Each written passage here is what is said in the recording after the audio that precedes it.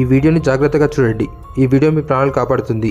Number 3, మీరు ఎప్పుడైనా ఇలా ఒంటరిగా నిల్చొని ఉన్నప్పుడు ఆకాశంలో మెరుపులు మెరుస్తుండగా సడన్గా మీ హెయిర్ ఇలా పైకి లేస్తే ఆ సమయంలో మీరు వెంటనే అక్కడ నుండి పరిగెత్తాలి. ఎంత దూరం పరిగెత్తాలి అంటే ఒక సేఫ్ ప్లేస్ దొరికే వరకు. అలా ఎందుకంటే మెరుపు మీ మీద పడబోతుంది. ఆ సమయంలో మీ శరీరం నుండి పాజిటివ్ ఎనర్జీ రిలీజ్ అవుతుంది. మెరుపులో నెగిటివ్ ఎనర్జీ ఉంటుంది.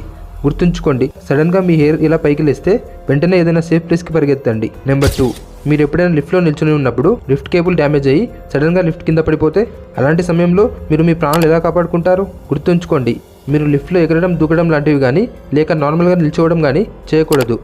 రీసెర్చర్స్ ప్రకారం ఆ సమయంలో మనకు ఏమీ అవ్వకుండా ఉండాలంటే ఈ విధంగా పడుకోవాలి. దాంతో లిఫ్ట్ పడిపోతున్నప్పుడు వచ్చే ప్రెషర్ మొత్తం మన బాడీ మీద ఉంటుంది.